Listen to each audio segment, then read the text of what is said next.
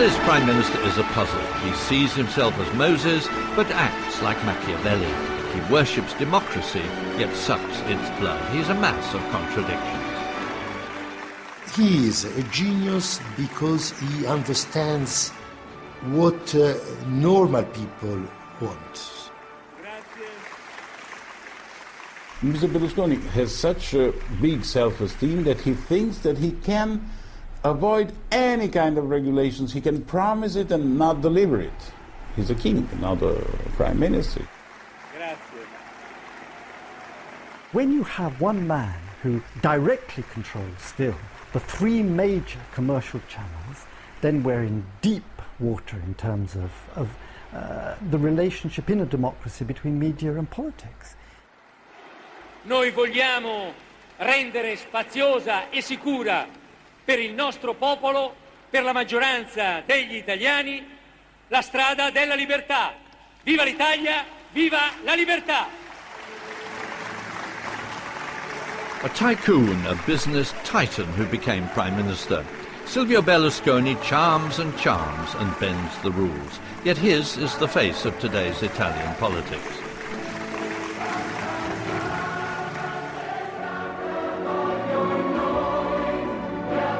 He is exceptional, a phenomenon, having risen from next to nothing to huge wealth and power. He's also been dubbed by Britain's Economist as a man unfit to rule. The magazine is not alone in questioning his business methods, the origins of his fortune, and his persisting conflict of interests. He is still learning about politics, often the hard way. When Italy assumed the rotating presidency of the European Union, Mr. Berlusconi found himself centre stage at the European Parliament in Strasbourg. It all began amicably. He delivered a heavyweight speech about Europe's current priorities and then displayed his gift for the gaffe. A German MEP asked him if he'd given himself immunity in Italy to sidestep bribery charges. Mr. Berlusconi flipped. Signor Schulz, so che in Italia c'è un produttore che sta montando un film sui campi di concentramento nazisti. La suggerirò per il ruolo di Capò. Italians are used to his verbal infelicities, but shock horror, this was the international stage. Europe was not amused. His own deputy sat wooden-faced. Dentro Berlusconi che convivono due anime. La prima anima è quella di un politico democristiano, come diciamo nel nostro paese, cioè un uomo di centro, moderato, che vorrebbe stare al centro del sistema solare politico e distribuire le aree di influenza a tutti gli altri, governare in qualche modo col consenso, senza rotture sociali, nel dialogo coi sindacati. L'altra anima di Berlusconi è un'anima fortemente radicale di destra, populista, un'anima, potremmo dire, tra virgolette, rivoluzionaria, così come è stato rivoluzionario Ronald Reagan negli Stati Uniti o Margaret Thatcher in Gran Bretagna. Europe's press had a field day. For Berlusconi, it was just a jibe, but the business tycoon turned Prime Minister has yet to learn about diplomacy, and Chancellor Schröder was offended. There's been a great deal of attention paid to his reply to the German Social Democrat Schulz, but very little attention to what Schulz was actually saying.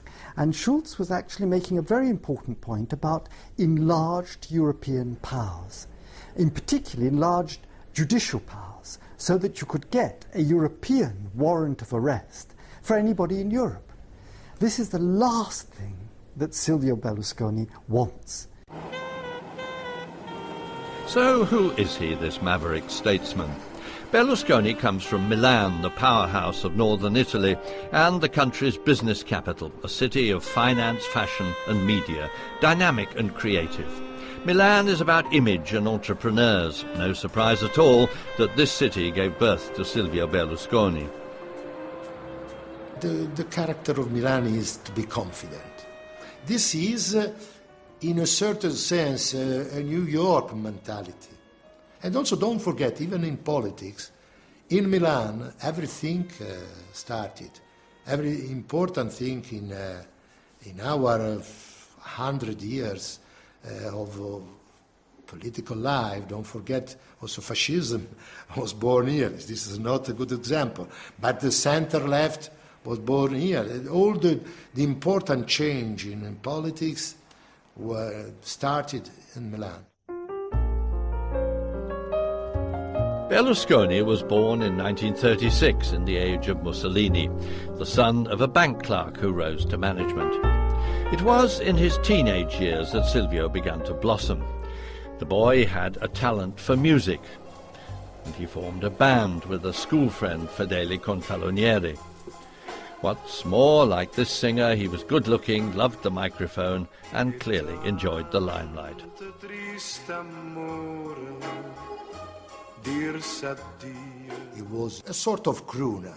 The repertory at that time was French song, Frank Sinatra, Nat King Cole, Bing Crosby.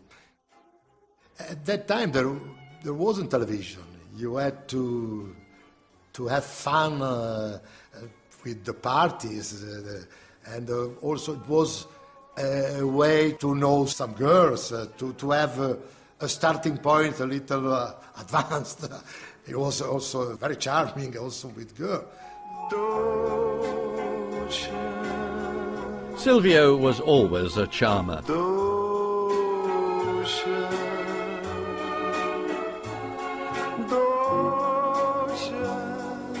He was handsome, so to say, one of the most handsome boys of the class. But even at school, he'd had a precocious eye for business. He was convincing a number of classmates of selling vacuum cleaner electrical brushes.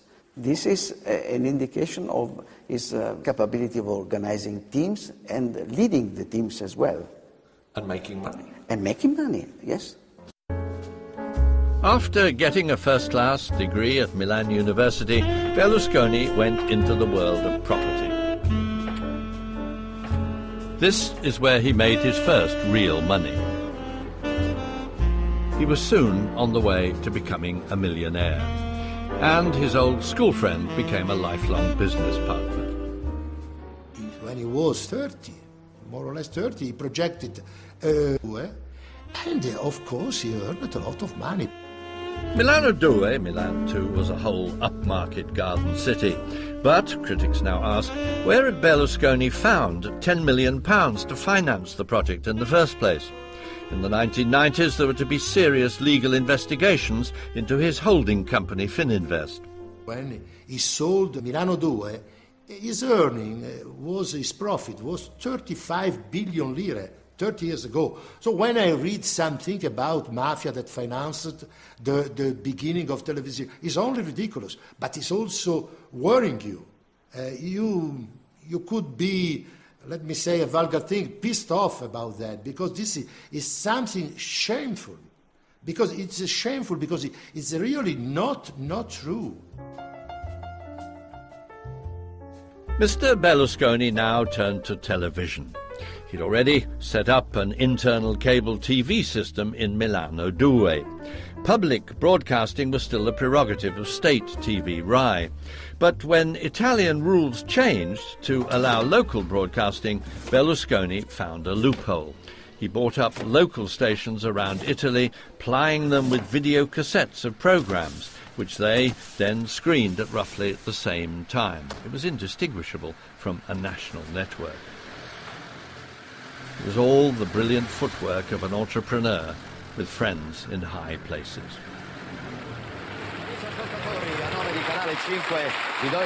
Mr. Berlusconi's brand of TV was new, brash and glitzy.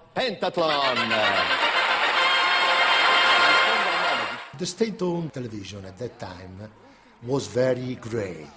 One of the key words was austerity.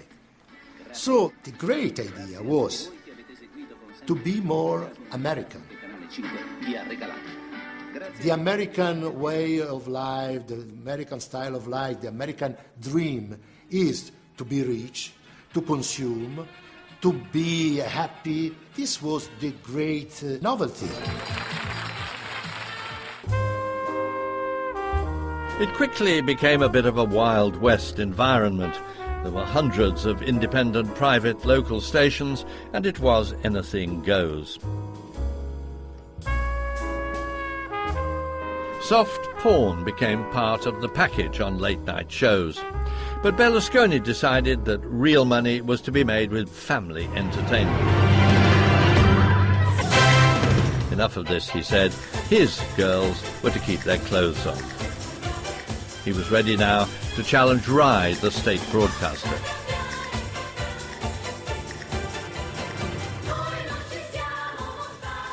Questo che noi stiamo facendo dopo anni di guerra guerreggiata è forse soltanto un primo stadio